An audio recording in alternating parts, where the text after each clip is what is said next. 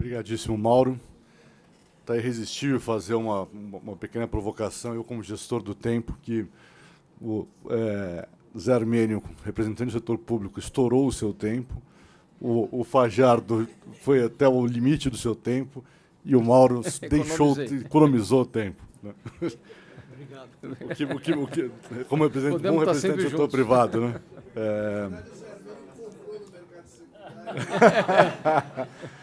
Não, na verdade eu vou roubar esse tempo. Quanto tempo a gente tem falando nisso, Sérgio? Tá legal. Deixa eu só, eu vou abusar um pouco, vou gastar 2 minutos, porque falaram de arquiteto, falaram de advogado, de engenheiro e não falaram de economista. Né? Eu sou um economista aqui na mesa. Né? Então não vou poder perder o privilégio de ter dessa plateia aqui para falar um pouquinho, né, de como que os economistas olham para essas questões. Né? E eu acho que a gente tem aqui ilustrações muito ricas, né, de casos da cidade de São Paulo e do Rio de Janeiro. O que eu vou querer oferecer aqui é um pequeno arcabouço conceitual que talvez nos ajude, né, a pensar nos problemas que a gente tem pela frente. Né? E aqui, lembrando o que o presidente nos falou de manhã, né, de que, se a gente observa o processo histórico dos centros, dá para ter a sensação de que muita coisa foi tentada e nem todas foram bem sucedidas. Né? Economista não tem jeito, né? A gente está sempre olhando para custo e benefício. Né? Economia é exercícios de análise custo-benefício. Quando a gente vem para um contexto urbano, né, ou um contexto de políticas públicas, essa análise de custo-benefício ela é expandida para um contexto social e fica ainda mais difícil. Né? Quando a gente começa a olhar para as cidades, para o funcionamento das cidades, com essa ótica de análise custo-benefício, o que fica muito claro, o que a gente enxerga em qualquer realidade, né, local, independente da escala dessa análise, pode ser um bairro, pode ser uma rua, pode ser uma região, ou a cidade inteira, ou às vezes uma região metropolitana, é um embate, né, entre forças de atração e forças de repulsão. Né? Qualquer lugar no espaço vai estar atraindo gente, atraindo firma e, ao mesmo tempo, expulsando gente, expulsando firma. A gente gasta 6 meses para explicar essas forças num curso de pós-graduação, mas, essencialmente, o que tem por trás disso, né, são fenômenos de retornos crescentes de escala de um lado, congestionamento, efeitos de congestionamento do outro, e um monte de externalidades. Né? Acho que muitos de vocês conhecem esse conceito, alguns não vou ter muito tempo de elaborar. O fato é que gerir essas externalidades, do ponto de vista da política pública, é bastante desafiador. Se a gente coloca tudo isso junto, né, como é que a gente olha, então, para as economias locais? A gente olha para essas economias como economias extremamente abertas e extremamente pequenas, né, por maior que seja a cidade. Em que sentido? No sentido de que capital e trabalho podem entrar e sair desses locais de uma forma bastante fácil. Né? E essa possibilidade de entrar e sair das regiões, né, como a gente chama em economia, de votar com os seus pés pelos pacotes de atração e repulsão, que conferem a dificuldade de fazer essa gestão. Né? Muitas vezes a boa intenção não leva em consideração o que está por trás desses pacotes de atração e repulsão e acaba gerando resultados indesejados ou não atingindo seus objetivos. Né? O que a gente percebe é que, quando você usa essa lente para observar o que acontece no espaço, né, a gente tem uma complexidade muito grande, né, do que a gente chama de paisagens econômicas. Né? Nem todo mundo está num lugar só e nem a gente tem uma distribuição uniforme pelo espaço. Né? A gente tem aglomerações de diversos tamanhos, de diversas naturezas, e, nesse sentido, os centros das cidades são aglomerações muito especiais. Mais do que isso, essas aglomerações são sujeitas a dinâmicas, né, e dinâmicas bastante não lineares. E fazer a gestão dessas dinâmicas é algo também bastante complexo. Eu, assistindo aqui, ouvindo as 3 apresentações, né, achei muito interessante uma abordagem de descrição de intervenções, planos de ação, muito em cima de uma realidade, né, mas em nenhum momento foi se perguntado por que a gente chegou nessa realidade. Né? Os centros urbanos, por definição, né, é o ponto de emergência das cidades. Eles nascem dinâmicos, eles crescem, a cidade cresce em torno desses centros. Né? Por que os centros decaíram, né, se degeneraram? Por que a gente está aqui preocupado em revitalizar o centro, os centros históricos? Né? E esse não é um fenômeno do Brasil, não é São Paulo, não é Rio de Janeiro, é um fenômeno global. Né? A emergência dos centros, crescimento, degeneração e aí agora uma eventual revitalização. Para não me alongar muito, o que eu gostaria de deixar aqui como um pequeno arcabouço, né, que para a gente entender chances de sucesso de uma intervenção ou outra, nesse momento a gente tem que colocar 3 fatores de uma forma articulada no nosso radar. Né? Primeiro, questões tecnológicas. Eu acho que não tem dúvida, né, de que hoje, de um lado, né, produção de cidade, ou construção de cidade, ou reformas nas cidades, se beneficiam muito de uma série de novas tecnologias que vão desde energia, passando por transportes, até todo o arcabouço aí da economia digital. Né? Por outro lado, tem uma questão de valores. Eu gostei muito que o Mauro citou a questão dos milênios, porque hoje tem uma grande hipótese, e é muito mais uma hipótese do que uma confirmação, de que as novas gerações estão dando mais valor para o espaço público das cidades. Né? Se a gente pegar o modelo americano do pós-guerra, né, era um modelo de ocupação privada do espaço. Vou para os subúrbios, moro em casas grandes, levo os meus amigos para a minha casa, saio dali de carro e vou trabalhar num outro espaço privado. Isso parece estar mudando, né? E a força disso a gente ainda não tem a exata medida. E, finalmente, acho que o nosso maior desafio aqui que é a governança. Né? Eu acho que se a tecnologia e os valores, de alguma forma, estão andando do lado correto, a governança tem muitos desafios ainda para serem enfrentados. Né? E acho que nisso ficou muito claro para as apresentações que a solução está numa articulação criativa entre setor privado, setor público e sociedade civil. Eu vou, então, usar esse tema da governança para fazer minhas provocações aqui iniciais, antes de abrir o debate para a plateia. E eu queria começar provocando um pouco o Zé Armênio. Ele mencionou em algum momento a importância do fortalecimento da economia local. Não sei se eu estou um pouco traumatizado, mas eu não senti muita ênfase em nenhuma das apresentações aqui em qual que é a visão para fortalecimento de economia local. E aí uma coisa que tem sido muito utilizada lá fora é a ideia de fomentar indústrias criativas. Tenho certeza que a Prefeitura de São Paulo e também do Rio pensam sobre isso. Numa coisa mais específica que eu tenho começado a estudar, e aí provocar um pouco mais o Mauro, talvez também o Fajardo, qual que seria o papel de instrumentos inovadores para o financiamento de reforma urbana e de infraestrutura. Acho que tem um debate muito grande em cima de outorga onerosa hoje em dia, né?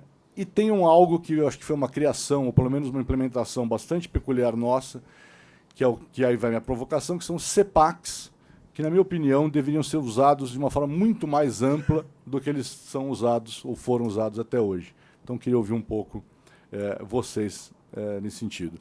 Finalmente, minha última provocação, em cima da questão dos grandes planos. Também gostei muito de ouvir essa colocação do Mauro, porque economistas também têm um olhar bastante reticente com relação à gestão urbana via grandes obras, grandes planos. Acho que tem um trabalho aí de formiguinha em escala bem menor, que pode ser muito mais eficiente. Então, devolvo a bola aqui para vocês, fiquem à vontade para responder, e depois a gente abre para perguntas da plateia.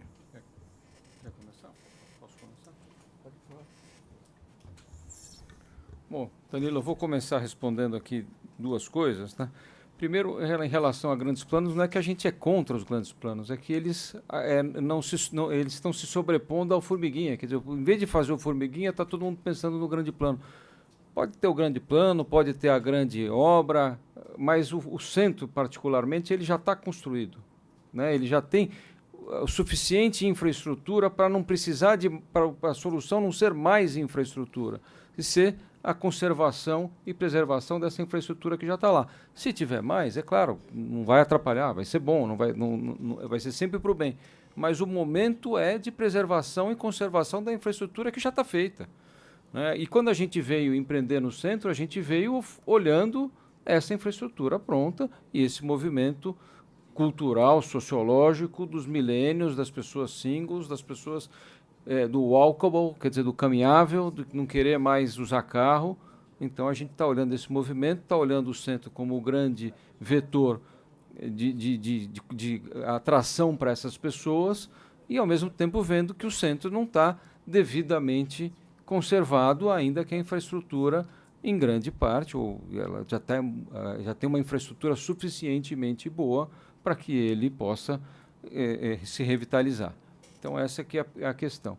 A segunda questão que eu queria colocar até, polemizar um pouquinho aqui com o Zé Armênio, que é o seguinte: quando você falou de CEPAC, outorga, onerosa, etc., está se discutindo aqui, o Zé Armênio até apresentou, a revisão da Operação Urbana Centro, né? Ampliando, achei até, inclusive, o plano muito interessante, particularmente como agente de mercado, achei que o plano está na direção certa. Agora, a gente fica preocupado um pouco, como indutor de alguma modificação, quer dizer, como um dos indutores, um dos agentes que toma a iniciativa de estar fazendo a transformação, quando se fala de onerar a outorga, que hoje é gratuita, no centro. Quer dizer, se for haver outorga onerosa no Brás, onde não existe, tudo é uma coisa, é uma novidade, talvez tendo um estímulo em contrapartida das 6 vezes, etc., e você pode estar adensando aquelas áreas. Mas a principal motivação da lei da Operação Urbana Centro foi trazer habitação para o centro. Não foi arrecadar dinheiro, né? Se você coloca uma arrecadação no meio desse processo, você está atrapalhando ele de certa forma. E um processo que mal começou. Um processo que demorou 10 anos para ter o primeiro empreendimento, e depois de 10 anos a gente teve aí 8 mil unidades. 8 mil unidades são 5 anos, mas um pouquinho mais, umas 10 mil unidades eu vou chutar, que é uma produção muito pequena ainda, perto do problema habitacional de São Paulo. Aí quando você começa, quando esse processo começa a pegar força, e hoje, inclusive, você tem até um excesso de estoque de unidades habitacionais, começa a se discutir a questão de se onerar o processo. Me parece que é um contrassenso, estou colocando isso para debate, evidentemente que a prefeitura precisa de recurso, evidentemente que todo mundo precisa de recurso, mas será que é este recurso? Será que não é o recurso do ISS que vai vir das novas atividades produtivas no centro, do IPTU que vai se valorizar, das pessoas que vão estar vendo, do transporte que vai estar sendo economizado, das viagens que as pessoas que estão morando lá na Zona Leste, na Zona Norte e na Zona Sul, como eu mostrei nos gráficos, vão estar deixando de fazer? Não é esse recurso o mais importante, o maior recurso que vai vir para a cidade? Então, queria colocar isso para debate também.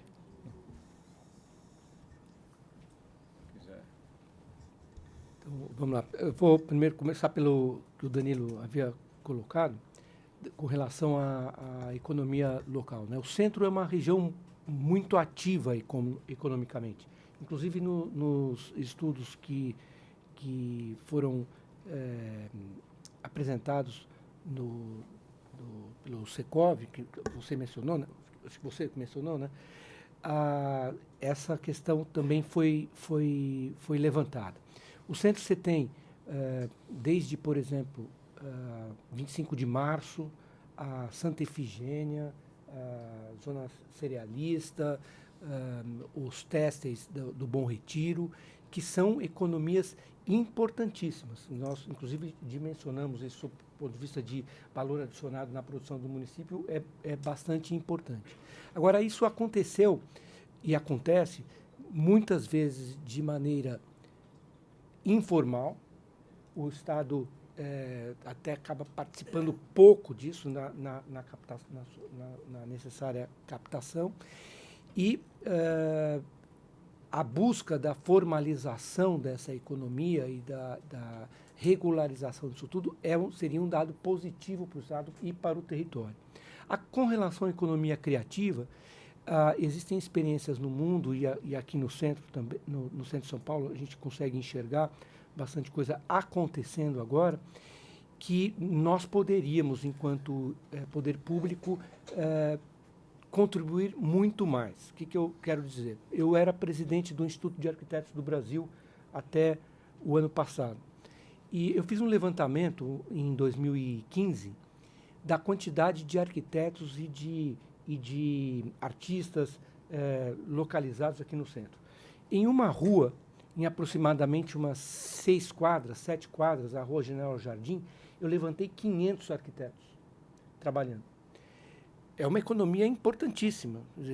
Você ter ali da Rua Araújo até a Dona Veridiana, 500 arquitetos trabalhando. Agora, isso aconteceu sem nenhuma participação do Estado. Aconteceu paralelamente ao Estado. E o Estado, num determinado momento, a gestão Haddad resolveu cobrar, mudar a alíquota de ISS e cobrar 5 anos para trás. Então, era pânico no IAB, todo dia chegando gente assim, quanto a gente vai ter que pagar de ISS? Todo mundo chegando com o papel da dívida e não sei o que e tal. E começou uma negociação para que o Estado, que não tinha feito nada, começou a chegar com a garrucha na mão. Falou assim, olha, você tem que pagar uma alíquota nova 5 anos para trás. Fui lá, tentei conseguir uma remissão e tal, o pessoal acalmou e de fato, consegui resolver 80% da dívida dos criativos, da economia criativa, mas colocou em risco a economia criativa do centro, do território, com essa fome fiscal e que nos colocou, na época, me colocando como arquiteto, eu ia na mesa, tinha o cara da Arthur Andersen, o cara do Laboratório Fleury e eu. Eu falei assim, quanto de imposto eles estão pagando? E eu levei a conta. Falei para o secretário da Fazenda na época, falei, o que a gente paga de imposto não dá 1/100º do que você está negociando nessa mesa aqui. Né? Daí ele voltou, fez o cálculo e viu, de fato, se eu der uma remissão, se eu der um corte de 1 milhão para vocês, não é nada para nós e para vocês. Eu falei, exatamente. Então eu resolvi quase 90% de todos os criativos com essa remissão. Portugal tem um exemplo importante, o que representa no centro de custo da economia criativa, representa muito.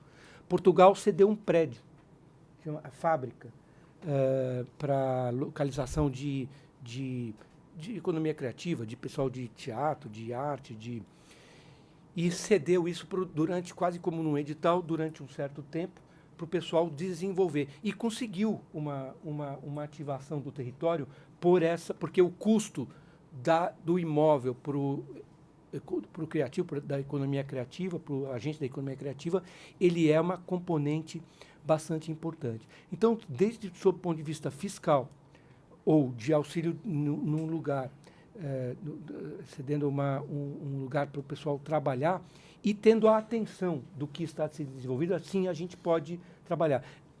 É atenção nossa no desenvolver desse projeto da área central, prestar atenção nisso e ver como a gente consegue responder. Falar rapidamente que o Mauro citou, não começamos ainda a dimensionar quanto seria a possibilidade de captação. Eu falaria hoje uma opinião minha.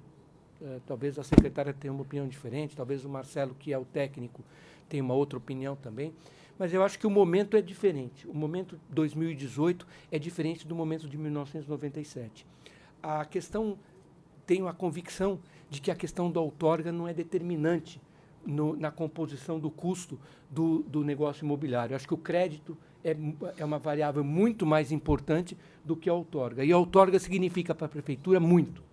Então, certamente, com esse olhar, nós vamos conseguir estruturar uma equação que viabilize o empreendimento e que viabilize também a necessária captação nesses novos territórios que a gente está desenhando para a prefeitura ter investimento, ter recursos para o investimento necessário que a gente tem que fazer em habitação, em infraestrutura, em proteção do patrimônio. Essa ideia que o Washington colocou aqui de pegar uma porcentagem do CEPAC para a recuperação do patrimônio é uma ideia incrível, que a gente aqui em São Paulo não teve diretamente ainda. Né? Então, é uma questão que nós vamos avaliar. Acho que a sua questão, tanto a sua afirmação para os novos territórios é positiva, como também a sua colocação e a preocupação disso começar a custar, mas talvez nós estejamos já num momento diferente do que estávamos em 97. e com a ampliação do território, talvez a gente consiga algum resultado para a prefeitura. Então, é só uma hipótese minha, não é it's not official, mas é uma colocação. Danilo, se eu pudesse comentar aqui rapidamente, eu não ousaria entrar no debate econômico contigo, mas a cidade é uma manifestação complexa, cheia de falhas de mercado. E claro que a dimensão econômica explica muitos processos, mas a cidade é uma manifestação de outros processos. No caso da expansão urbana brasileira, tem uma ideia estética forte por detrás também. Isso vai desde Brasília, isso está lá uma compreensão política, né? A apreensão de ter um presidente na Rua do Catete, vamos tirar o governo aqui dessa dimensão urbana e vamos colocá-lo em outro lugar, a concepção de Brasília. Isso traz uma ideia, essa ideia de modernidade brasileira, cria uma força estética que até hoje é relevante e é recorrente a menção aos 50 anos em 5 ou 20 anos em 2, né? Tem variações sobre o mesmo tema. Ou até, vejo o caso de Belo Horizonte, tirar a função administrativa da região central e colocar perto de Confins, não por acaso se convida Oscar Niemeyer. Então, isso é uma força ainda latente na sociedade brasileira. Nós entendemos essa ideia de modernidade como relevante, a ideia da expansão. Quando nós olhamos para a situação latino-americana, não é dessa maneira, né? A gente vê a atenção dos argentinos com o centro de Buenos Aires, da Cidade do México. Colômbia tem feito um trabalho importante de resgate dessas áreas, sem contar, né, o famoso case de Quito. Ou seja, existe uma peculiaridade na condição brasileira que eu atribuo um pouco ainda essa latência de um valor estético que nos motiva, e esse valor estético se manifesta também como força política, ou seja, a reiteração continuada de uma ideia de que a expansão urbana. Isso aparece especialmente quando surge, então, um programa como Minha Casa Minha Vida, que durante a administração Dilma alocou 270 bilhões e agora, durante a administração Temer, 70 bilhões, 340 bilhões de reais num programa que, na verdade, tem produzido continuamente a expansão dessas manchas e também a depreciação das áreas centrais. Então, a única expressão que eu vou usar aqui com muito respeito é o custo de oportunidade para fazer esse retorno à região central. Ele demanda, sim, um estímulo público para que mais pessoas como o Mauro possam se animar. Porque, obviamente, o mercado hoje imobiliário, com o custo do capital no Brasil, ele prefere onde ele possa ter o maior VGV, ou seja, ele pode ter terra barata, produzir o maior VGV possível e, com isso, aumentar o seu lucro, não porque ele é um vilão, mas exatamente porque ele tem uma dificuldade de existir como empresa, como empreendedor. Então, para destravar esse potencial dos centros históricos, eu acho que a gente precisa, então, refletir sobre essas linhas de fomento e de financiamento, porque não faltou recurso, 340 bilhões, isso teria mudado o cenário dos centros urbanos brasileiros e a gente poderia hoje estar falando de uma outra condição. O Felipe Felipe Young sempre faz essa comparação desse montante com o Plano Marshall, né? Então, não faltou recurso. O que acontece com Minha Casa Minha Vida não é uma política habitacional, é uma política, na verdade, de estímulo econômico a um setor específico da construção civil, que tem como produto uma casa e que até essa produção, a menor percentual produzido foi para a faixa 1, que é de 0 a 3 salários mínimos, que é exatamente a faixa mais vulnerável socialmente, exatamente aquela que acaba aderindo aos movimentos de luta pela moradia. Quando você leva esse assunto para o BNDES, por exemplo, o BNDES entende ainda a cidade somente pela dimensão do patrimônio cultural. Então, eles dizem, sempre com um certo orgulho burocrático, que investem muito no patrimônio cultural. Mas onde está esse investimento? Em igrejas católicas barrocas, que obviamente são obras de arte, tá? Mas você alocar quase 60 milhões no convento de Santo Antônio Largo da Carioca, você alocar quase 25 milhões na igreja da Lapa do Desterro, ou em outras cidades, ou seja, você aloca pontualmente numa obra de arte, que é uma propriedade privada até, e não existe nenhuma política que possa estimular essa comunidade envoltória. Então, se você é dono de um prédio histórico, de um lado de uma igreja barroca, nos centros históricos brasileiros, não existe nenhuma política para você, e existe todas, inúmeras, para essa obra de arte, que, infelizmente, ou felizmente, não tem mais nem relevância paroquial ou espiritual, né? Quem frequenta a Igreja da Lapa do Desterro, mas não vamos entrar nessa discussão que é mais complexa, a gente precisa rever sobre isso. Então, por isso, a ideia de fazer um edital que pudesse criar um instrumento desse tipo. E quando você olha para as experiências europeias, você vê inúmeros, em uma diversidade de soluções de apoio para que mais empreendedores como o Mauro entendam que o retrofit, e a gente sabe que a performance do retrofit no mercado imobiliário europeu, ele é a base de sustentação disso, a ideia de expansão é uma ideia, na verdade, prejudicial, e isso também nos leva a outras reflexões também. A discussão vai se abrindo, especialmente se começarmos a avaliar o impacto ambiental desse modelo de desenvolvimento urbano. Então, essa é uma outra, segunda palavra que eu vou arriscar usar aqui contigo, que é essa externalidade, né, ambiental, que vai também produzindo um impacto. Então, essa é uma reflexão. O tema, eu quero deixar bem claro, o tema não é o patrimônio cultural. O tema não é esse. E aí, aceitando a provocação do Mauro e já entrando nela,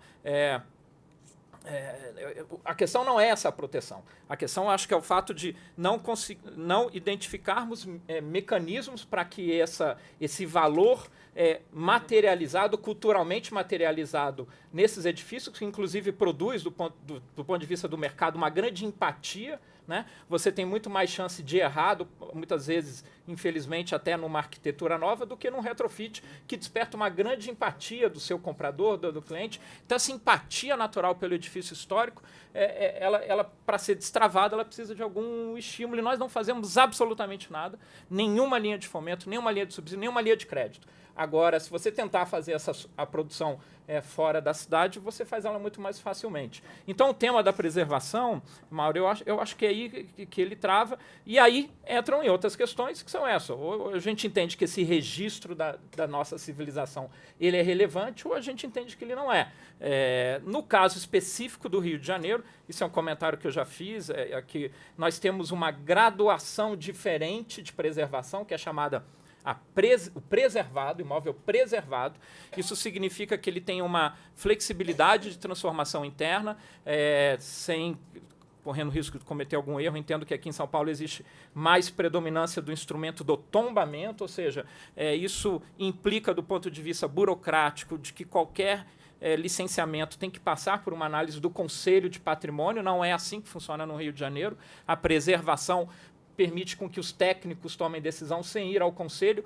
Por que isso impacta? Porque é uma reunião a cada 15 dias. Então, uma reunião a cada 15 dias, você tem um monte de coisa para analisar, e isso trava no tempo. Então, o fato no Rio, são quase 8 mil imóveis na região central, são preservados. Então, você tem o corpo técnico tem uma facilidade de tomar essa decisão sem ter que ir ao conselho, que só se reúne a cada 15 dias.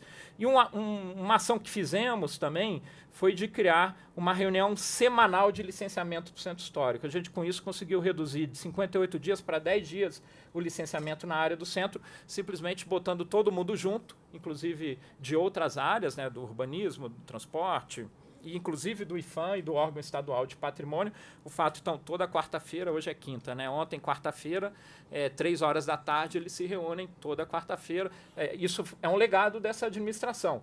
Eu, outro dia, recebi no WhatsApp uma foto, um bolo com velhinhas, assim, foi a 100ª reunião desse grupo de licenciamento. Isso acelerou muito. Isso acelerou muito o licenciamento na área. E nesse ponto eu concordo contigo que essa dificuldade de reunir, há um entendimento ainda no serviço público de que você é autoridade na hora que o papel chega até você. Então, você imagine que 200 gramas de papel entram num carro que tem 1 tonelada, se o motorista pesar mesmo que eu 100 quilos, estou tentando emagrecer, mas se entra no carro, esses 200 gramas circula pela cidade para ir para essas autoridades. Não é muito mais fácil cada um movimentar os seus 80 quilos ou um pouco mais para essa reunião onde já estão os 200 gramas? Então, é uma lógica até de física muito simples. A gente faz com que esse papel circule em carro, causando problemas ambientais, gás estufa, para simplesmente alguém olhar um papel. Poxa, vamos fazer com que todo mundo se movimente em direção ao papel. Isso foi uma mudança no licenciamento do centro e aparece, então, o terceiro ponto que você falou, que eu acho que é importante, que é da governança. A governança e a gestão ajudam muito a destravar esse potencial. Washington, posso fazer só um adendozinho aqui? Se não me engano, no Rio de Janeiro você tem isenção de IPTU para os imóveis tombados. Sim, Em São Paulo você não tem isso, e em São Paulo é uma condenação. Quer dizer, o cara ter um imóvel tombado, ele está condenado. Né? Isso é importante. Ele vai... Bom, vamos lá. Já estou vendo várias pessoas aqui levantando a mão para pergunta. O tempo urge, agora eu vou devolver o controle para você do tempo, Sérgio. Você expulsa a gente daqui quando você quiser. Eu vou começar com o Netinho. Oh, desculpa. Uma dica. Quer dizer, a regra aqui, como a gente está muito exprimido no tempo, é o seguinte: colher um conjunto de perguntas, 3, 4 perguntas, não podemos ir muito além disso, pedir que as pessoas façam o esforço de fazer perguntas, de fato, não são preleções, muito concisas. Né? Então, acho que dá para pegar aqui 4 perguntas. Agora, a bola é sua, meu amigo. Então vamos fazer isso, então. Deixa eu pegar umas 3, 4 perguntas e depois eu devolvo aqui a bola para os nossos debatedores. Começando aqui pelo vereador Polici Neto, Netinho. Então, vou ser bastante breve. Eu queria fazer uma sugestão para a gente estar discutindo muito mudar a receita para mudar o resultado. E muito do que foi apresentado e muito do que foi falado mantém a receita imaginando obter um novo resultado. Eu vou insistir numa lógica que está um pouco na leitura que o Mauro colocou de quem é esse consumidor do centro. Porque eu preciso torná-lo atrativo, eu preciso saber quem é esse consumidor. Eu tenho uma regra lógica: se o centro esvaziou, ele tem uma ociosidade e está todo mundo perdendo. A cidade está perdendo, o cidadão está perdendo. Se o modelo patrimonialista não se aplica mais a espaços que precisa se revitalizar, porque todas as propostas que foram apresentadas até hoje estavam ancorados nele, talvez a gente precise apresentar para a região central uma nova fórmula de ocupação dele. Aí tem que entrar o serviço de moradia social, que está na mão do secretário de habitação, e aí luta muito, porque já foi capturar recursos, inclusive em Brasília, para isso, mas entra uma outra forma de relação com o mercado. Seja parque privado de locação social, seja locação incentivada, ou seja o próprio parque público. Mas me parece que a gente não vai ter mais na região central o mesmo modelo cartorial de propriedade.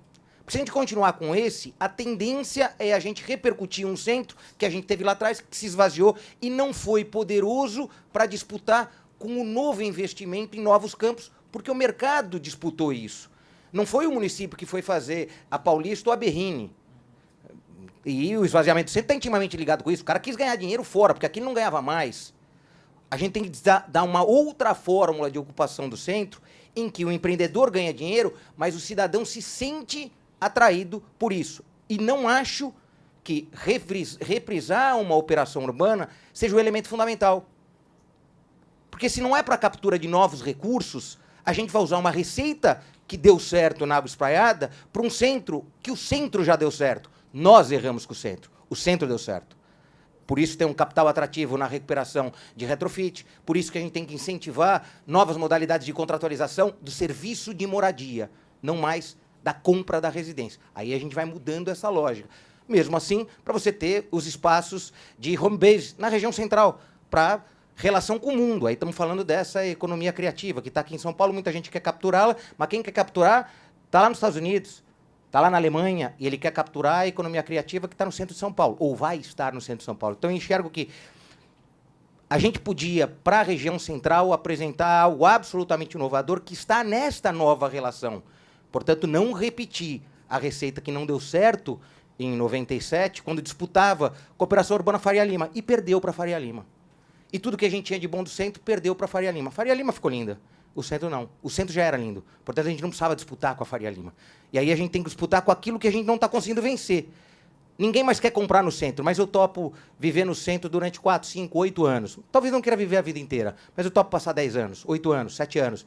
Se a gente acertar nisso, a gente acerta como o nosso presidente da SP Urbanismo acertou quando produziu um espaço como esse para o Instituto FH. Por que veio para cá? Então, tem algo sedutor no centro que a gente não sabe explorar. Legal. Deixa eu devolver aqui, passar por Felipe aqui. Iane, por favor.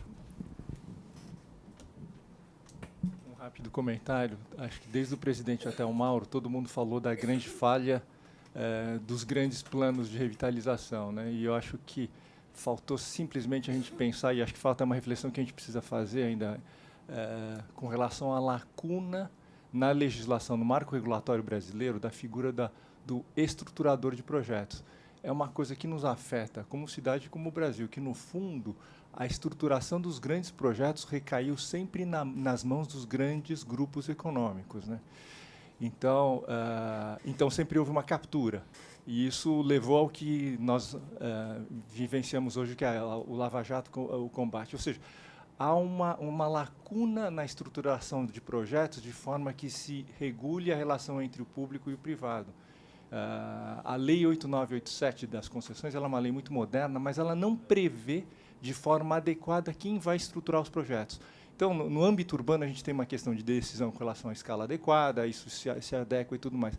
Mas a figura do estruturador ela não está prevista de forma absolutamente clara de quem será esse agente. Legal. Tem uma pergunta aqui, ó. Depois, uma última ali no outro lado. Tá bom, aqui, ó.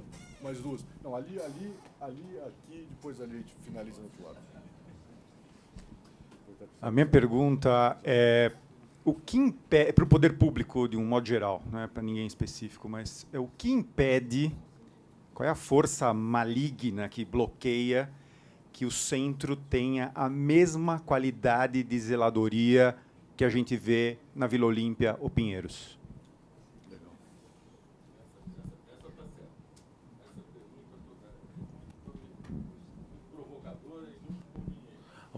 Daniel, eu sou secretário de Verde e Meio Ambiente em Mogi das Cruzes. Nós viemos com 3 secretários aqui, Verde e Meio Ambiente, Planejamento Urbano, Cláudio, e o Caiado de Finanças. Nós estamos passando por um processo de discussão do diretor da cidade e a discussão da revitalização de centros metropolitanos muito nos impacta, né, diretamente, uma cidade com 458 anos.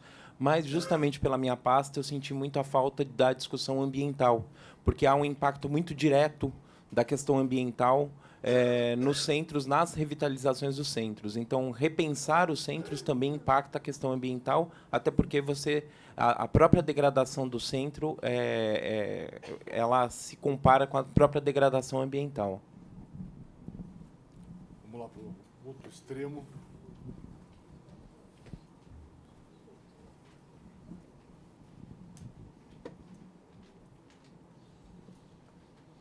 Bom dia, meu nome é André, eu sou integrante do Comitê de Usuários Praça Roosevelt de Todos, que é um exemplo de zeladoria, e há mais de um ano nós aguardamos da Subprefeitura Sé que outorgue, autorize e publique no Diário Oficial de que o que a nossa tarefa é feita, seja reconhecida. Há mais de um ano, a gente também vem pautando o Território Cultural da Consolação, que é uma iniciativa prevista no Plano Diretor, como um instrumento de estímulo à economia criativa e proteção aos patrimônios culturais materiais e imateriais. Me chama a atenção de que não há nenhum movimento social presente aqui para discutir política pública, já que são eles os principais interessados.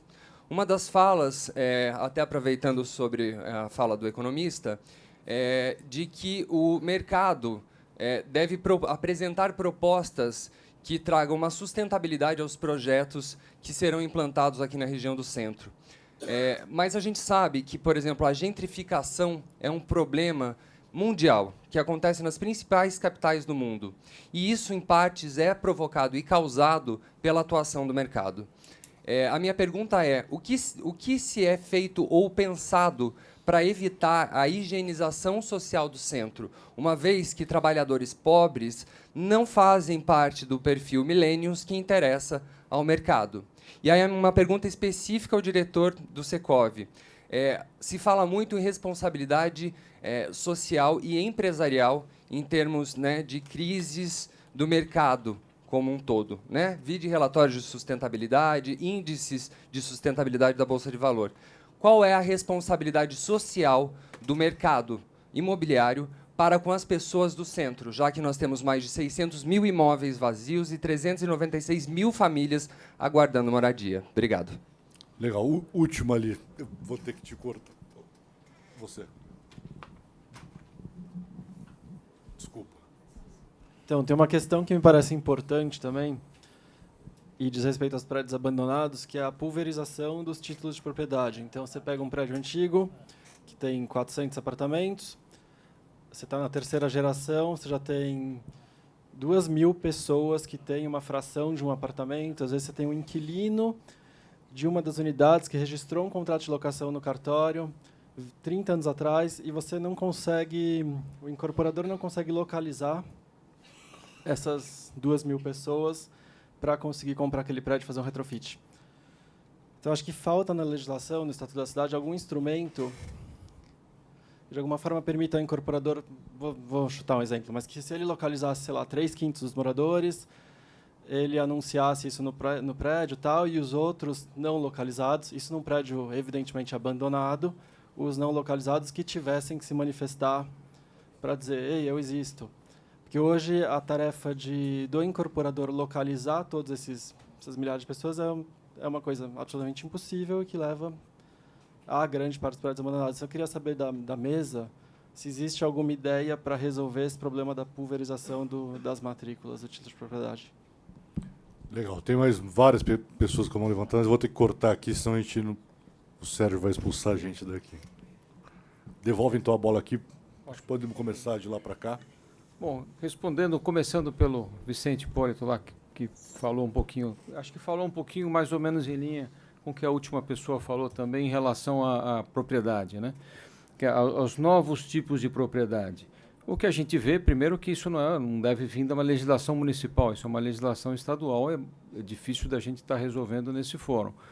A gente vê também que o mercado vem sempre na frente, a legislação vem sempre a reboque.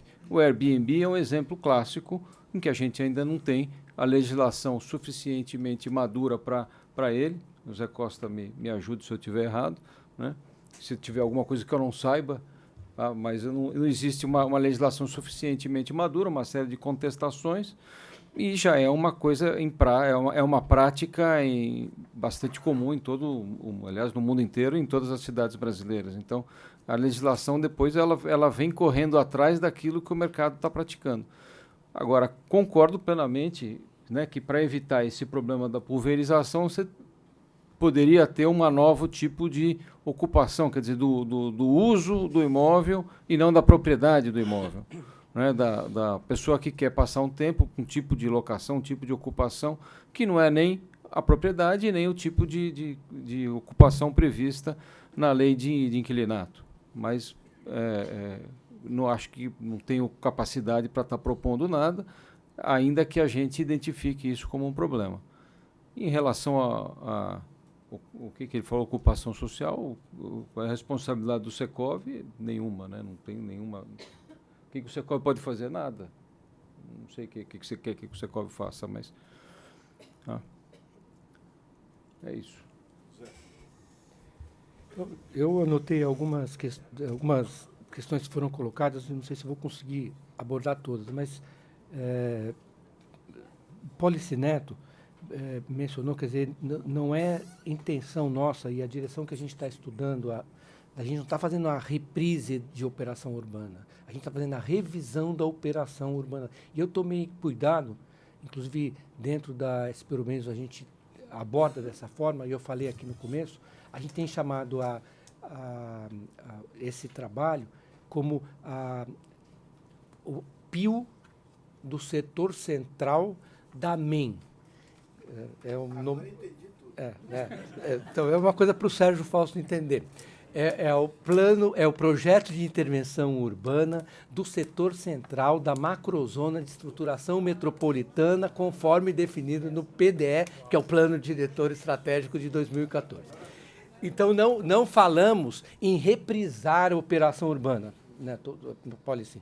Agora, não é papel nosso, eu estou contando com os marcos regulatórios existentes. A outorga existe, a cobrança de outorga existe, a gente trabalha sobre essas bases e espero que o instrumento que a gente elabore, que a gente estruture para recuperar essa área central, recolha recursos para a gente poder, enquanto município, investir nesse estado. E sim, certamente o Chucre está desenvolvendo a hipótese, você mesmo lá na Câmara também já estudou e já trabalhou para estruturar.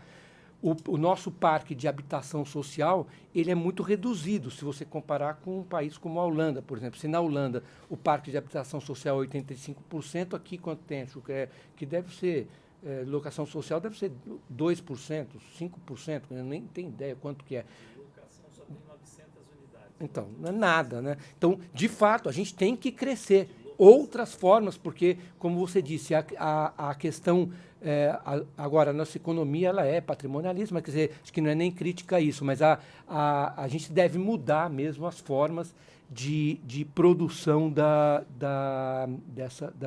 habitação. E, para isso, demanda o que o Felipe disse, quer dizer, demanda estruturação de projeto. Estruturação de projeto é antes do projeto. Hoje, a SP Urbanismo tem uma superintendência de estruturação de projetos que trabalha só em estruturação de projeto. Está presente aqui o Marcelo, que é o superintendente dessa etapa. Então, uma diretoria. Não, além da diretoria de desenvolvimento, que também está presente aqui, o Leonardo. Mas a estruturação de projeto é uma atenção nossa. Ela parte sobre o aspecto econômico, sobre o aspecto territorial, sobre o aspecto institucional, como diversos programas que foram citados aqui passaram por essa estruturação antes de virar um desenho. A coisa, ela passa por muitos desenhos, por muitos estudos. Agora, foi colocado pelo Danilo, e eu gostaria de mencionar, está ligado às outras questões colocadas, como a zeladoria, como até a manifestação do pessoal da Roosevelt, ou a questão ambiental, que é a razão, você tocou, a razão de por que o centro ficou assim. Eu queria tocar nesse assunto. Eu acho que é uma questão de projeto de país. Eu acho que, tenho a convicção de que em algum momento, a gente poderia dizer quando, o país mudou a direção. Se num momento nós perseguimos uma cidade densa, uma cidade com um convívio de segmentos sociais e econômicos diversos, num determinado momento nós nos afastamos disso. Num determinado momento nós começamos a querer separar pobre de rico.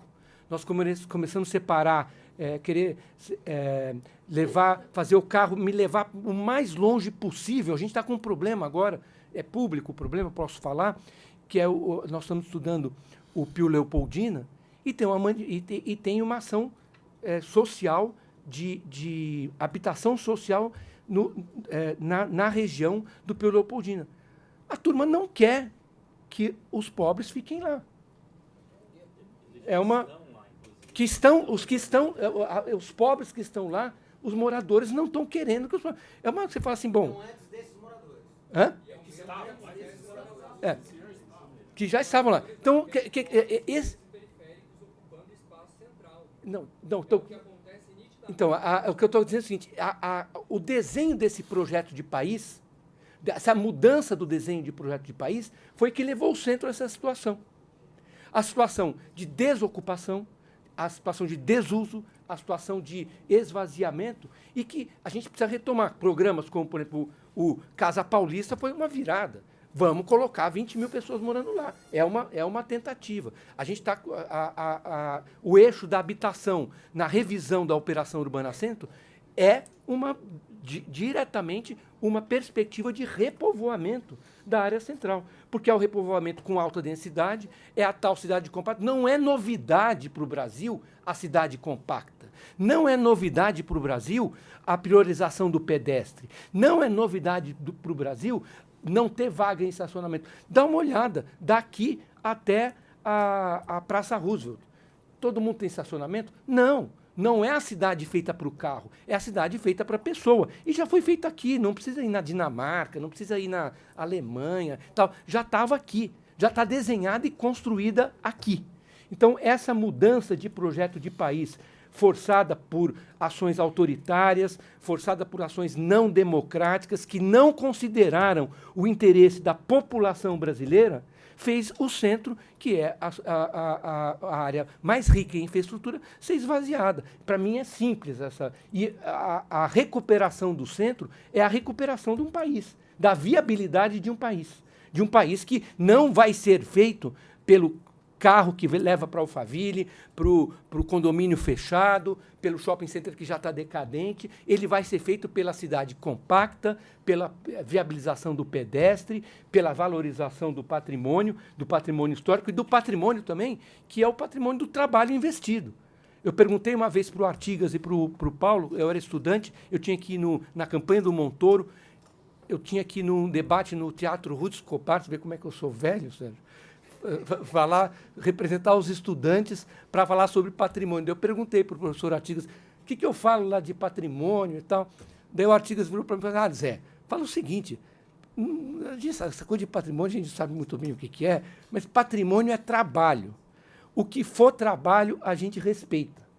Eu falei, puta, bom conceito de patrimônio, né? Tem trabalho investido, então vamos respeitar. É isso aí, patrimônio é trabalho. É um prédio que pode ser mais bonito, menos bonito, valer mais, valer menos, mas é o patrimônio da sociedade investido e é o que está aqui no centro. Então, eu acho que há essa perspectiva, você perguntou, desculpa eu ter falado muito, mas quer dizer, a razão da decadência do centro. E eu sugiro, desculpa, o colega lá da Praça Roosevelt falou, eu não quero entrar nessa discussão aqui, mas eu sugiro para a Marisa, para o Tomás e para o Sérgio, e eu me disponho a colaborar, a gente fazer uma discussão um dia sobre gentrificação, porque é um mito, todo mundo fala, e fala que é isso, fala que é aquilo, e eu acho que a gente tem que sentar um dia e discutir. Existem textos que relacionam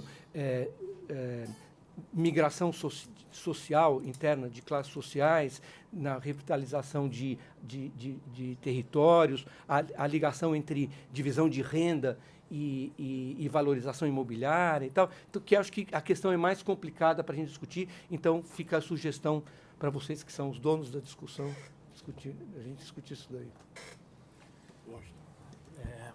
Eu vou tentar sintetizar aqui. Sempre que se fala, que a gente faz um fórum sobre centros, revitalização de áreas centrais, sempre parece que a gente chega numa situação de certo impasse. Eu acho que isso, complementando o Zé Armênio, a gente vive hoje uma guetificação profunda da sociedade brasileira, a gente não consegue estabelecer mais uma certa base de racionalidade sobre alguns assuntos. E aí, nesse sentido, acho que eu concordo um pouco com o vereador, que a gente tenta, então, procurar novas respostas com as mesmas perguntas. Então, a gente tem que olhar, de fato, de uma maneira um pouco mais inovadora. Aí tem uma dificuldade estrutural, muitas vezes, da administração pública de produzir inovação. Por isso que eu comecei falando sobre direta já, porque quando a gente olha para a década de 80, a situação econômica não era favorável, mas havia ali um profundo otimismo sobre a possibilidade de recuperação das áreas centrais, e todas as capitais brasileiras se dedicam a isso, projetos são iniciados, isso é perdido porque, então, respondendo objetivamente, acho que a gente precisa começar a desenvolver, especialmente do ponto de vista da gestão urbana, novos tipos de veículos institucionais que possam conduzir essa transformação durante um certo tempo. A gente sofre muito com perda de continuidade nessas ações, né? Algo é feito e depois volta para trás. E isso aumenta, acirra na sociedade a percepção de que os assuntos não estão sendo resolvidos e a gente não consegue ter evolução. Aí a gente tem que, em 2013, de novo, caminhar pelos centros históricos reclamando. Temos referência, a gente, como sociedade, por isso também disse, a gente conseguiu produzir avanços. Existe, por exemplo, na saúde, o SUS, o Sistema Único de Saúde, não é perfeito, nada é perfeito. Essa é uma ideia que ameaça um pouco a estabilidade do nosso conceito de modernidade, a possibilidade da gente ter que lidar com imperfeições continuamente, mas são estruturas de conquista da sociedade brasileira. Da mesma maneira, na área habitacional, a gente precisa fazer valer o Sistema Nacional de Habitação. Então, acho que esse é um ponto crítico. Então, a gente precisa de um veículo institucional que possa gerir, ter uma governança diferente eficiente sobre a cidade. Eu tenho muita dúvida se a gente vai resolver a mobilidade da região metropolitana com inúmeros secretários de transporte. Tenho dúvida se a gente resolve o problema das áreas centrais com uma fragmentação da administração pública em diferentes órgãos. A gente precisa, de fato, colocar essa responsabilidade em uma instituição nova que tenha a capacidade de fazer essa gestão. Então, foi o caso da experiência do Rio de Janeiro, onde o IRPH, a partir simplesmente da sua tutela pelo centro histórico, ele começou a assumir responsabilidades para si e produzir essa condução. Então, acho que isso é um modo de encaminhar um pouco mais ou menos os temas que apareceram nas perguntas, né? Então, eu vou pegar aqui o ponto da pulverização, que é um ponto de fato crítico. O centro do Rio de Janeiro é um centro de tipologia térreo mais 2 pavimentos, densidade construída muito baixa. Eu tenho muita inveja aqui do centro histórico de São Paulo, que é um centro verticalizado, mas aí aparece esse problema da fragmentação da propriedade, que é um problema, e aí você vai olhar para um arcabouço legal que não te ajuda nesse sentido. Aí você vai olhar para a documentação e os cartórios, saiu recentemente como é que tem sido a performance econômica dos cartórios, aparece também um problema que precisa ser enfrentado nesse sentido. E nós falamos de cidades, para falar numa perspectiva nacional, com 400 anos. São as cidades muito antigas. Eu, inúmeras vezes, me debrucei com uma carta régia que era a propriedade de uma rua inteira no centro do Rio. Então, a gente precisa resolver isso.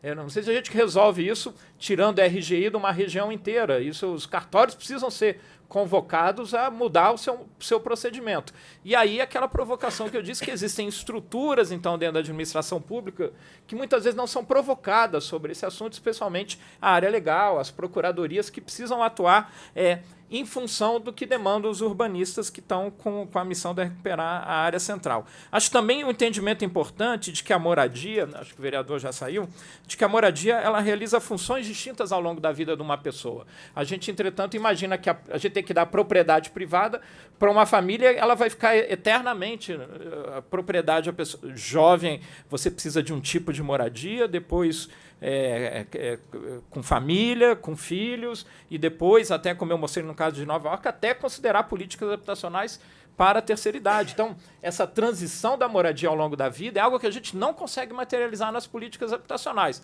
Então, a gente quer sempre uma solução única para resolver todos os problemas e não vai dar certo. Então, a gente precisa considerar isso e o que outras cidades e outros países fazem, que tem esse entendimento da diversidade da política habitacional. Eu consegui sair do subúrbio, no Rio de Janeiro, para alugar um quarto de empregada na praia de Botafogo. Não sei se alguém aqui conhece o Rajá, é um edifício muito agradável na praia de Botafogo. Então, você, a partir de 3 metros quadrados que você consegue alugar numa república com outros amigos, você consegue ter uma melhoria de vida, e assim a necessidade das pessoas. Entretanto, a gente está produzindo sala e 2 quartos na periferia e a gente não consegue nem olhar para a juventude que está hoje nas áreas informais. Não existe nenhuma política que diga para a juventude das favelas e das áreas informais que existe um modo deles irem morar dentro da cidade. Isso irá suscitar outras questões. Estamos preparados para ter o vizinho que vem dessas áreas periféricas, mas a gente tem que enfrentar esse desafio. Senão não vale a pena, como país, a gente continuar junto. Vamos fazer um outro arranjo. Eu até acho que o Rio de Janeiro, como país, é um lugar bem interessante. E aí aparecem as questões da zeladoria. A gente, de fato, precisa colocar a qualidade do espaço público em prioridade, porque é nesse espaço público que nós vamos aparar as arestas das dificuldades. E aí concordo, eu acho que o tema da gentrificação, a gente precisa ter atenção, então, no debate sobre alguns conceitos que são imobilizadores. Gentrificação é, sim, um fenômeno, entretanto, existe maneira de corrigi-lo, e uma maneira como diz, uma maneira você ter um superávit de produção residencial numa área, onde os valores do aluguel possam permanecer acessíveis. A experiência, no caso do Porto do Rio, também olhando para essa população e fazer com que essa população possa se qualificar para receber os empregos que surgem na área. Isso é um fenômeno do Porto do Rio, que se fala muito, a gentrificação, a população cresceu, e essa população, a partir de programas que foram criados dentro do Porto Maravilha, essa população consegue, então, se empregar no Museu da Manhã, no Museu de Arte do Rio, inclusive nos pequenos negócios que começam a surgir. Então, é sim um fenômeno, mas existe maneira de combater isso. Agora, se uma pessoa entende que houve uma valorização e ela resolve vender aquele seu imóvel e ir para outro lugar, é um princípio de liberdade também individual você pegar a sua propriedade e ir para outro lugar. Você mora numa área 30 anos sem investimento e, de repente, vem um governo, valoriza a área e a sua propriedade valorizou, é a sua decisão ir para outra área. A gente também não pode, de novo, eternizar as pessoas num endereço. A gentrificação atua de uma maneira mais pesada em cima de quem vive de locação. Existem inúmeras outras questões que aparecem sempre que falarmos sobre centros históricos, e eu acho que é por isso que falamos pouco. Infelizmente, precisam acontecer problemas, né?